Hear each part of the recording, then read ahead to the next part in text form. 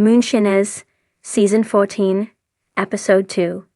Smoke in the hollow open on a smoky Appalachian hollow at dawn. A mist hangs low, the kind only broken by the clank of a still and the slow creak of booted feet on wet leaves.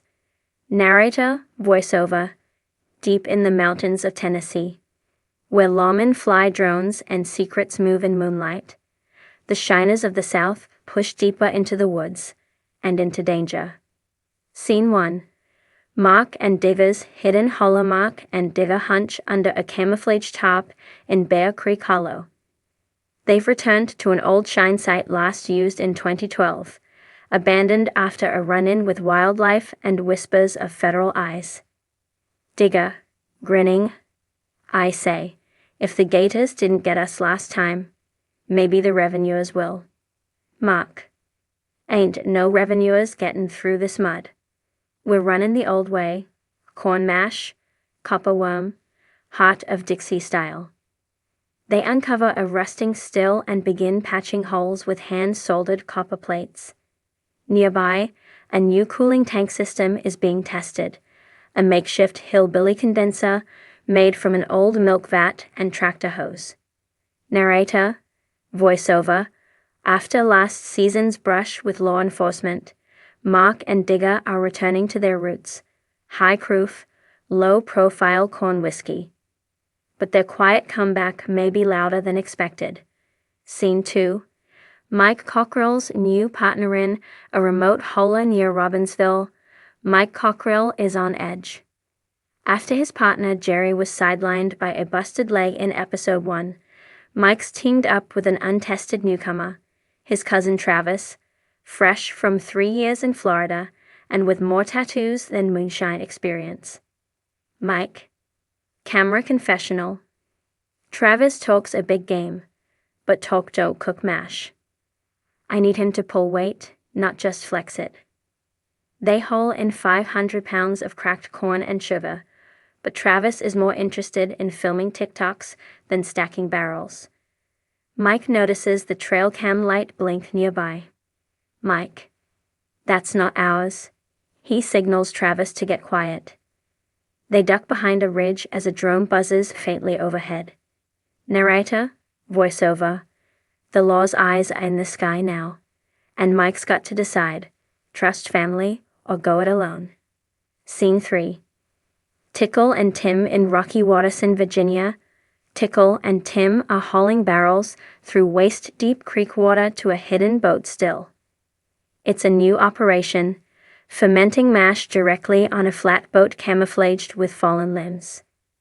Tim, this is the dumbest idea you've ever had. Tickle, grinning. You said that about the submarine still too, and that one made $5,000 a week. They fire up the boat's outboard to circulate the mash and generate low heat. Tickle drops a glow stick into the water, checking for leaks or flow issues. Tickle, if this glows green, we got leaks.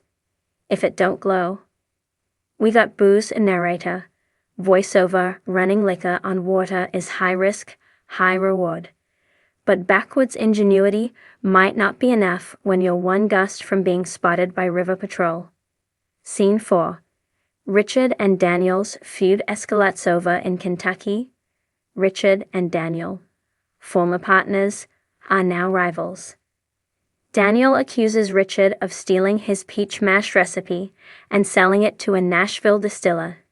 Daniel, on a burner phone. I got ears in every Dan ridgeline, Richard. I know it was you. Richard, you didn't patent peaches, man. Besides, yours tasted like foot sweat. To make his point, Daniel sabotages one of Richard's fermentation barrels, adding wild yeast and too much sugar, ensuring it'll turn to vinegar. Richard finds the ruined barrel steaming the next morning. His dogs won't go near it. Richard, furious, this is war now. Narrator, voiceover. When trust breaks in the backwoods, there's no court date, just payback. And this feud's about to spill over. Scene 5. Mark and Digger's still goes up in smoke back in Bear Creek. Mark and Digger are mid-run, and the new cooling system is working perfectly. They siphon off clear as glass, Moonshine minus 160 proof and smooth. Digger. This right here? That's gold in a jar. Suddenly, smoke begins pouring from the condenser coil. The rubber tractor hose is melting. Mark. Shut it down. Shut it down. They kill the fire just in time, but the smoke plume is visible over the ridge. Cut to law enforcement truck on a Forest Service road, the smoke caught on a trail cam alert. Officer, into radio. Got possible illegal activity at Bear Creek Hollow. Mobilizing a team. Scene 6. Countdown in the hollow. Mark and Digger move fast, tossing everything they can into the creek. Jars go into burlap sacks, and the still is smashed with a sledgehammer. Mark, breathing hard. They'll know someone's been here, but they won't know who. Digger. Let's pray they ain't got a dog. They disappear into the woods just as headlights crest the ridge. Scene 7. Mike finds the rat. Mike returns to his site to find it raided. Barrels are snatched. The mash gone. He looks around, finds Travis's GoPro nailed to a tree. The last footage shows Travis meeting someone, badge barely visible, exchanging GPS coordinates. Mike sold me out coldly. For what? Gas money. Mike burns what's left and drives off, not speaking a word. His eyes say it all. Revenge is brewing. Scene 8. Campfire talk.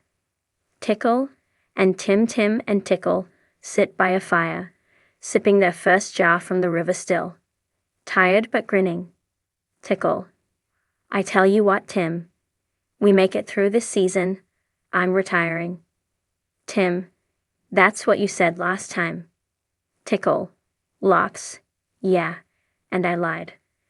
But I ain't lying about this shine. This is the good stuff.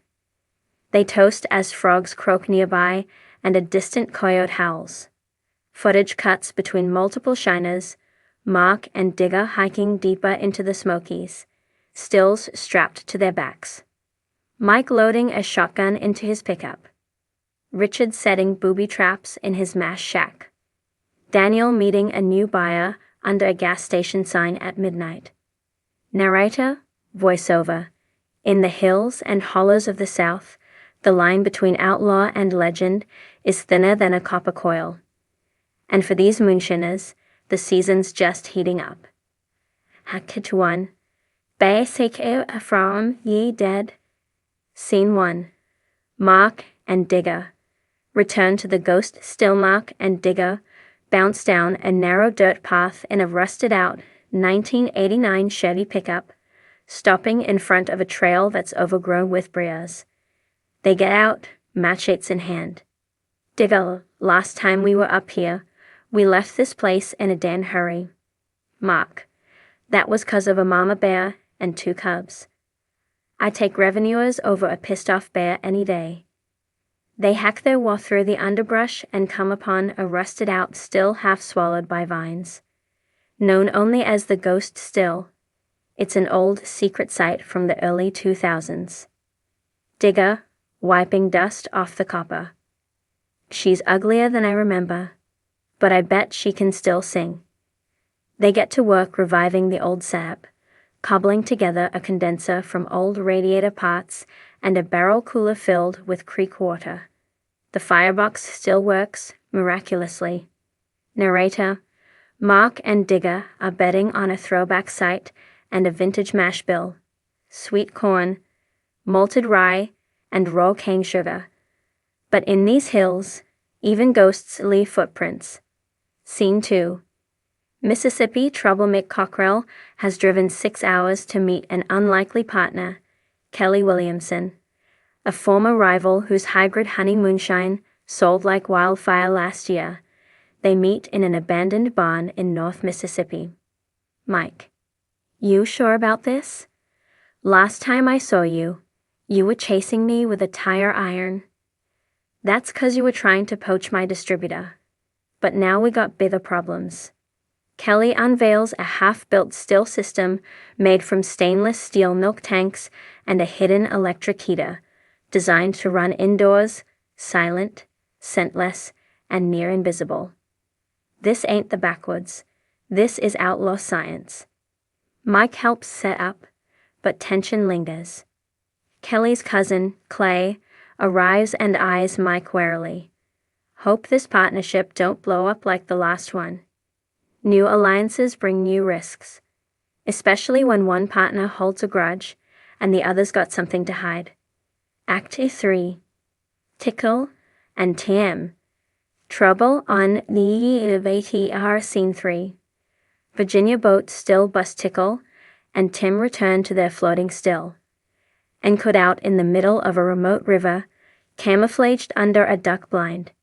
It's brilliant until it's not. Tim is tasting their latest run when Tickle's dog, Biscuit, starts growling. Tickle, scanning the tree line. She don't bark unless she smells bacon. Not the good kind either. A drone buzzes overhead. Tickle grabs a top and throws it over the still. They kill the heat and dive into the river, hiding among reeds. So Moon found us. Tickle, we float this still downriver tonight, or we're toast. They wait for the drone to pass and start planning their river escape under cover of night. Akitfoia, Daniel and Richard's Rivalry DADL Scene 4. Kentucky clashback in the Kentucky Hills. Daniel has had enough of Richard undercutting his market. Word is Richard is selling flavored moonshine knockoffs, watered down, but dressed up in fancy jars. Daniel, loading a shotgun. He wants to play city slicker fine, but not in my holler.